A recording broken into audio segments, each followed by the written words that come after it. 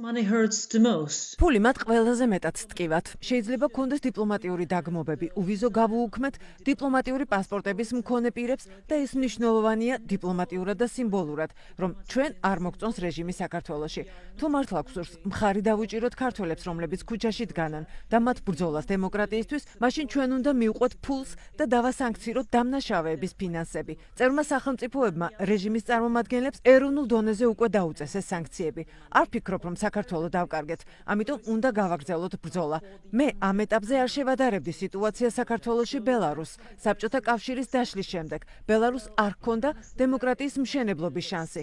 იქ მაშინვე ლუკაშენკო მოვიდა და დაამყარა დიქტატურა. საქართველოს მოქალაქეებს კი ჰქონდათ დემოკრატიის მშენებლობის შანსი და საშუალება 30 წლის განმავლობაში, რადგან გაქვთ ეს საძირკველი, საყრდენი, ესე იგი გაქვთ შანსი ისევ გააგრძელოთ დემოკრატიის მშენებლობა, მაგრამ რა თქმა უნდა გჭირდებათ ჩვენი საერთაშორისო პარტნიორების მხარდაჭერა. თუ საქართველოს ადარებ ბელარუსს, ესე იგი ამბობ, რომ ჩვენ არაფერი შეგვიძლია, დავკარგეთ საქართველო. მე არ ვფიქრობ, რომ ეს ასეა და გავაგრძელებთ ბრძოლას.